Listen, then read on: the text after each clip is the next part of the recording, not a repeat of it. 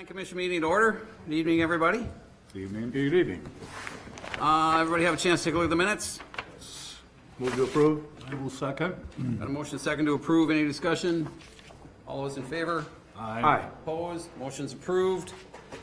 Update on First Street Lane configuration west of 109 Second Street. Yes, after the last meeting, there was obviously, Commissioner York had a question about the lane widths and everything. We had our engineer look at it. It's good. We probably will restripe it when it comes time to do that, but the lane width is good. It is intended to slow people down as they're coming around that corner and approaching those those new angled on-street parking stalls. So we're happy with how it's performing, and I think it'll only get better once we adjust the striping by probably 2 feet. Well, that would solve the problem. I could see that before I asked the question, but I didn't know if that was in the plan or not, so. Yep. Thank you for checking it. No Appreciate problem. it. Okay, anything else on that? Discussion possible action on a zoning map amendment application from B2 general business to RM2 multiple family residential and a comprehensive plan amendment from general commercial to high density residential, Girard Development LLC. Thank you, Mayor. In October of 2017, development plans for the Maxwell were approved by the Common Council.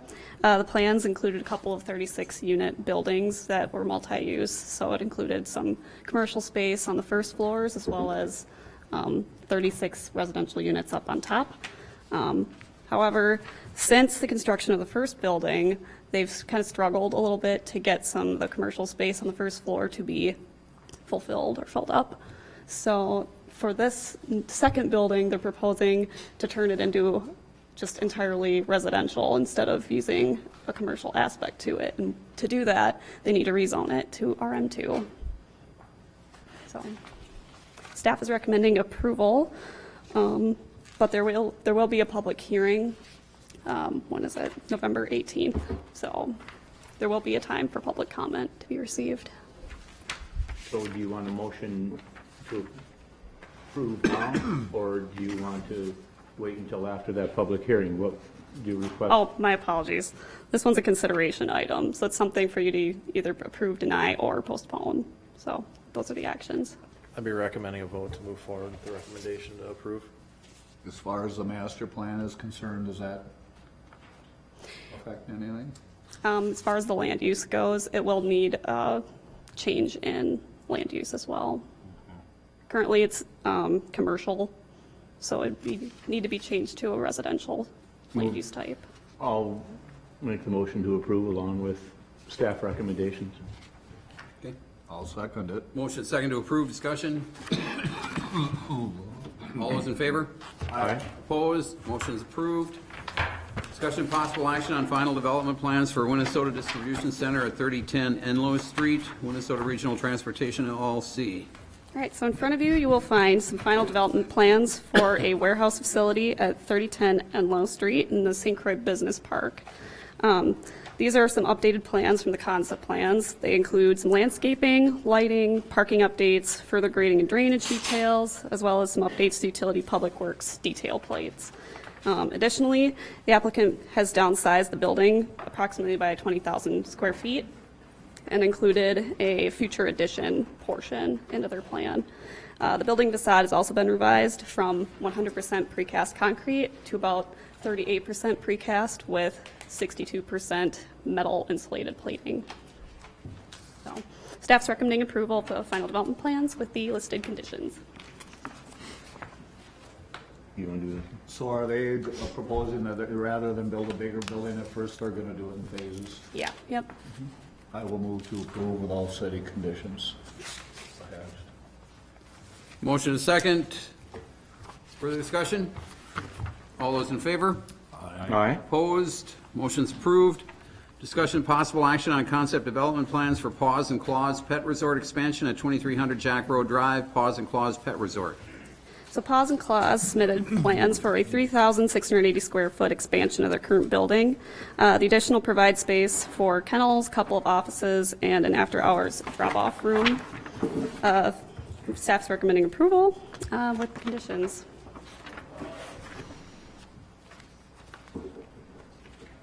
Any neighbors saying anything about anything up there? No, we haven't received anything. I will make a motion to approve with attached conditions. I'll second it. Motion is second to approve, discussion. All those in favor? Aye. Opposed? Motion's approved. Discussion possible action on a preliminary master development plan for a planned commercial development at St. Croix County Tax Parcel 236-2001-02-050, Hudson Brothers LLC. Thank you. This item and the next item are running in kind of a parallel process. This is the property that was zoned as planned commercial district in August of 2015. The old golf club property and now is also Carmichael Ridge residential development. At the time, the applicant or the owner didn't move forward with the master plan concepts for this commercial portion, so it's generally south of the new roundabout off of Hillcrest and east of the new fire station on Ward. The preliminary master plan includes a connecting street, which would be an extension of Ward Avenue, with a number of neighborhood commercial-like type properties. There's actually two concepts, one of which obviously has the ability for the existing Target facility but potentially expand to the north. Staff has a number of comments, but again, this is the first kind of crack at preliminary concept. We'll flesh out the finer details on it, but staff recommends approval of, like I said, the initial preliminary master development plan with conditions. I'll make the motion to approve along with the city staff recommendation. Second. Motion is second to approve, discussion. We've known it's going to be coming in commercial all along. It's been part of their planning all the way, has it not? It has, and then I like the way that they're gearing it towards the community, and it's not gonna be full-blown big box retail, so I guess I like that, and I'm for that, Yeah. for that reason. Okay. Further discussion? All those in favor? Aye. Opposed? Motion's approved. Discussion possible action on concept development plans for Cambridge Senior Living location on part of St. Croix County Tax Parcel 236-2001-02-050. Thank you. Like I mentioned on the previous item, this is running kind of a parallel process, or is running a parallel process. HCP, or what is it, HDCP? I always screw up the acronym. It's proposing, it's effectively I don't want to use the wrong vernacular, but skilled nursing type facility, a high-end skilled nursing type facility. It would be on a lot in that previous concept, kind of towards the north end of that commercial property, getting closer to Hillcrest and transitioning between the residential uses further to the north and to the west in Carmichael Ridge, and then obviously the higher intensity commercial uses that exist today with Target. And Walgreens in those facilities. So like I said, this is the concept that runs with it. Staff's identified this as a good transition of use. I think it makes a lot of sense there with the amenities nearby, the housing choices. It makes a whole lot of sense in this type of location. So staff recommends approval with conditions of the concept development plans. Would that be on an east-west axis basis? Would that be behind Culver's, or would it be behind the next building going south? Just It would curious. be more I'm just so, curious. it'd be more so, I would say, on the north. I would say if you were to run off the back or the eastern elevation of Target and project that building line straight to the west-northwest, it would fall right in line with that, Off of Target. off of Target. Off of Target. Yep. Okay. That's good then, better yet. I will move to approve with city conditions. I'll second. Motion is second to approve, discussion. All those in favor? Aye. Opposed? Motion's approved. Discussion possible action on recommendation of the Common Council to partially discontinue a portion of public right-of-way for Kinnickinnick Street generally located along 205 3rd Street, Rick and Cheryl Cherry. Rick and Cheryl Cherry have requested that the city vacate a portion of Kinnikinnick Street alongside their property at 205 3rd Street.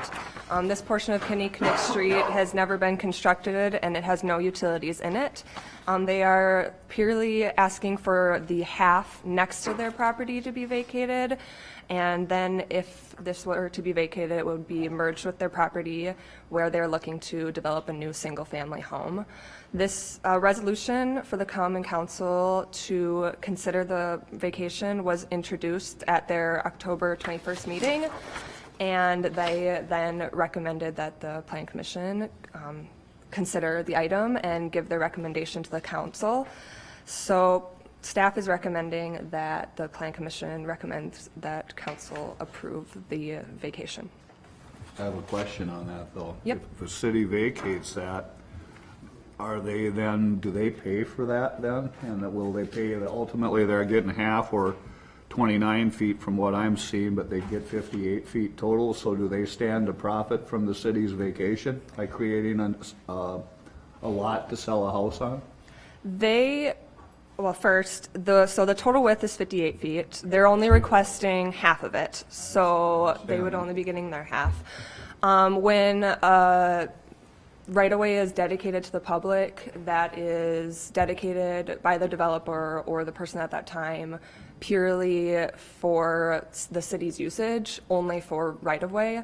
We have talked this over with our city attorney, and she said when it is to be vacated, it cannot be sold back to the, now the landowner. It is, not to be sold back to. It was only dedicated for the purpose of right-of-way. So effectively, you're giving it back to the adjoining property that had to give it up to start with. Okay, sure. No, I get it. But you see why I asked the question. I asked the same question. I actually thought the same thing during council was, can we assign a value to this and be, should we assign a fair market value to it? And statutorily, we just don't have that authority. So there'll still be 29 feet that's city right away Yep. in the back of that, even with the vacation. Yep. Correct. The 29 feet on the other half, if the other property owners on the other side ever wanted to vacate it, they'd have to go through that Because process. obviously the access to that lot to sell it would be via that vacation. Yep. And there's a pretty small lot back there. I don't even know if that would meet, housing residential requirements. Any lot back there would have to be 9,000 square feet, so I don't think it's even that size. The Cherries are looking to merge it with their current house, not to create a whole nother lot. So they're just looking to reconstruct their current house. Move to approve along with staff recommendations? I'll second. Motion and second to approve, discussion. All those in favor? Aye. Aye. Opposed? Motion's approved. Discussion possible action on a recommendation to the Common Council on setting a public hearing date for an amendment to Municipal Code Chapter 255 zoning to include development and information meetings. I think I brought this up several meetings ago, looking at process or potential process improvements to try to engage the public earlier on in some of the items that we deal with that might potentially be a little bit more controversial or elicit more response, to have an ordinance in place at any time there's a number of activities listed here. Before we go, we bring this to a group that the developer or the person applying for a rezoning, development plans, that the onus would be on them to hold a neighborhood meeting. We would provide the notice to the neighboring residents. They would obviously have to pay for that. We'll have to make some tweaks to this to include the fee schedule for the mailings and the pass-through. But the intent is, again, that, with some of these, maybe it'd be a better idea. I think it's better for maybe the city and staff and the Plan Commission and Council to make sure that maybe, and the developer, that maybe some of these projects are, kind of communicated and brought forward with the neighbors before we, go through all of our lovely process here. So that's what the intent of this is. You know, the only change that I might suggest is I don't know if it's prudent or if it's a good idea to move on every time anybody wants to do any development plans anywhere in the city, to have them go through this process. Perhaps when we were talking about development plans in the downtown overlay district or any potential expansion of the downtown overlay district, then it kicks in. But I'm not certain, and I think I would recommend against what's listed in here, that anytime anybody wants to build any type of building that has that, you know, so if pause and clause like we talked about today, or Minnesota, you know, I don't know if that serves a purpose or if we need to have those neighborhood type meetings that the developer hosts. So there's their responsibility. They would have to put, you know, have the meeting, host it. Staff doesn't have to be present. They have to provide a summary of the outcome of that meeting and a sign-in sheet for those people that did end up attending it. So It would be my opinion that the controversial area is along the river, and I Yep. mean, it's the condos, if you will, or potential condos. And that's, you know, people are worried that we'll lose our character, city, which everybody in this room is. Yep. Up in the industrial park, it's a whole different world. Yep. So how do you create a threshold to say, okay, we do hold, they hold a meeting or we don't on that? Do you assign a dollar value to it? Do you just wanna- assign it to the Geographic. district or Do you want what? to tighten up the language further, or what you want Yeah. before we I approve would something? say, I'd recommend that we set the public hearing date out there, or request that they set a public hearing date. But I'd do it based on geography. Maybe it's, I would too. you know, I don't want to use the planning districts and the comp plan because, you know, that could be tweaked. I would say we have the downtown overlay district. Let's use that. Any development plans in that downtown overlay district, and including any expansion of the downtown overlay district or proposed expansion of that district. I concur. That would be where I would go with it. I concur. So it's And then clear not as worry, mud. What do take you out the- want tonight? Yeah, what do you want here? This request the public, or that the common council set a public hearing date. We'll establish what that date as staff is. It'll be out probably December, January, Probably the second council meeting in December, the first meeting in January. I'll make a motion then to Request. proceed on that vein, please. I'll second it. Establish a public hearing. Got a motion, a second, discussion? All those in favor? Aye. Opposed, motion's approved. Discussion and possible action on amendment to Municipal Code Chapter 255, zoning to include short-term home rentals.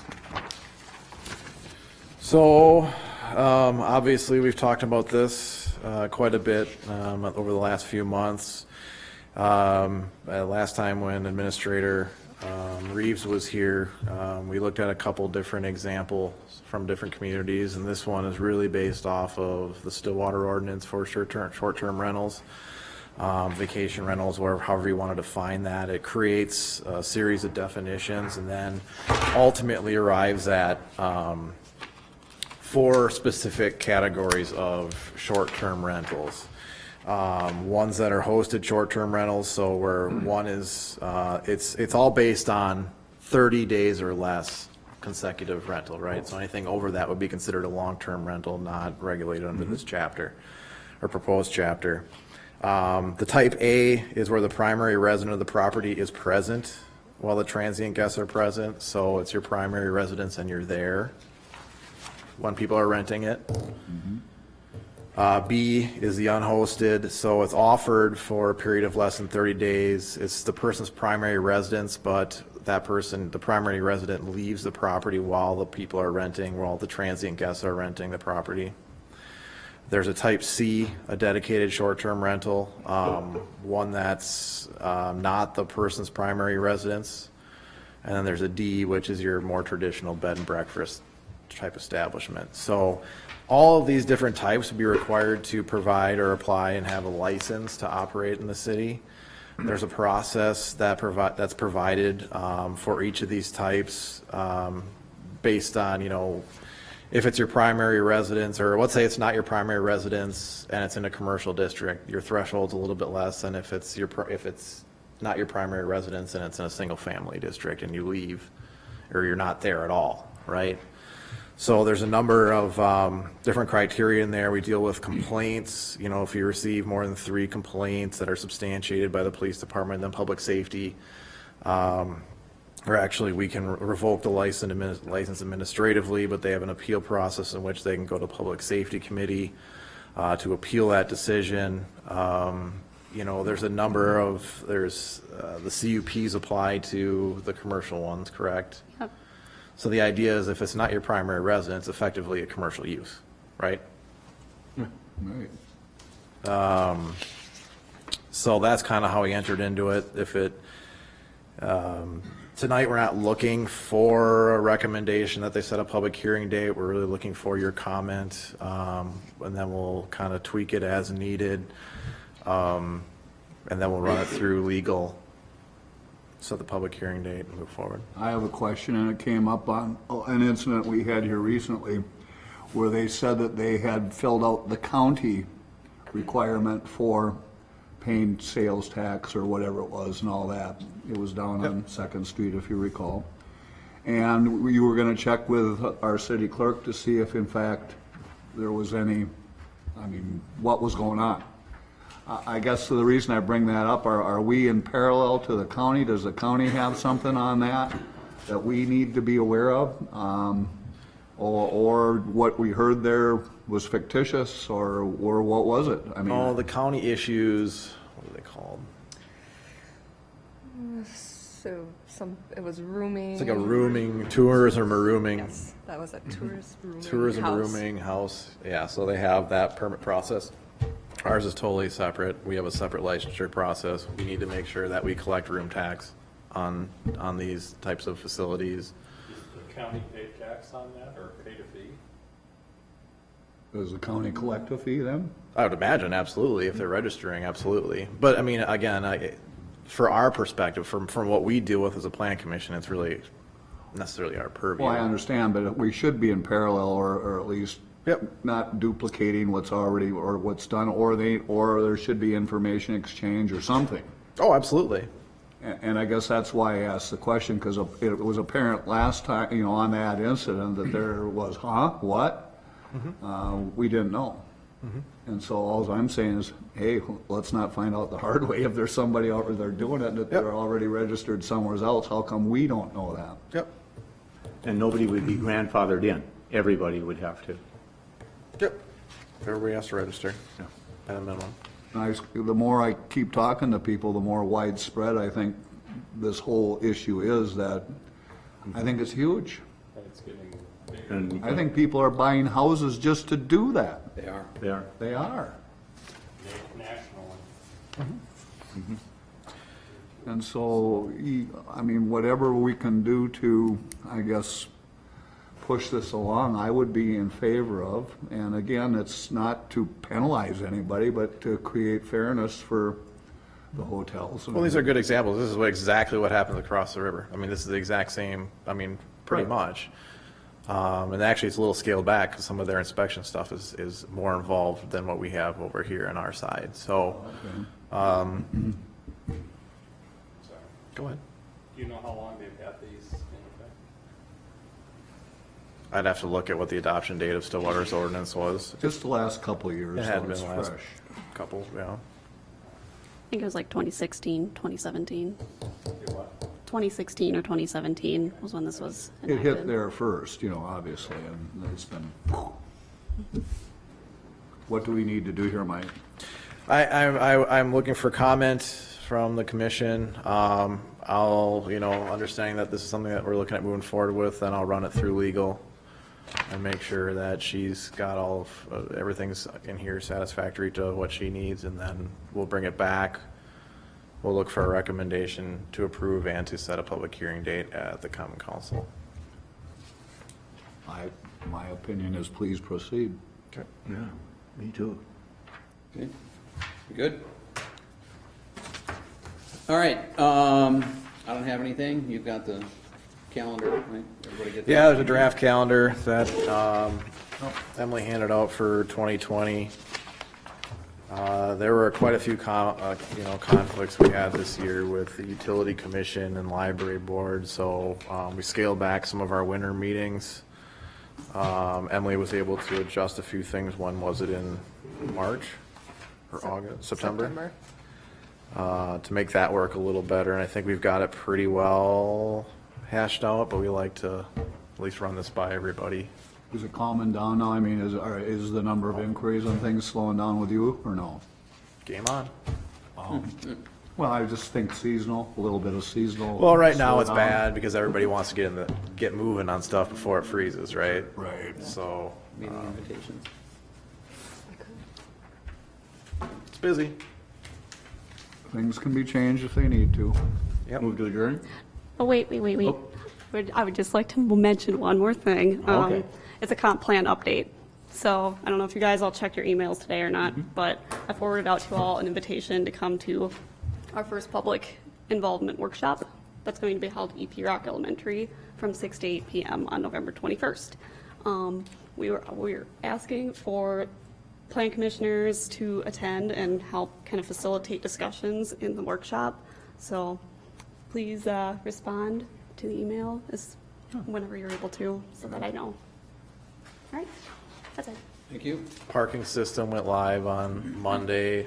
Just encourage everybody out there to bear with us as we work out the kinks. There are issues, we're aware, we're doing our best, and we'll continue to try to make it the best system really as easy on people as we can. I've heard there's some confusion. Oh, yeah. It's not like turning on a light switch, right? Cost me a few bucks to learn it over in Minneapolis.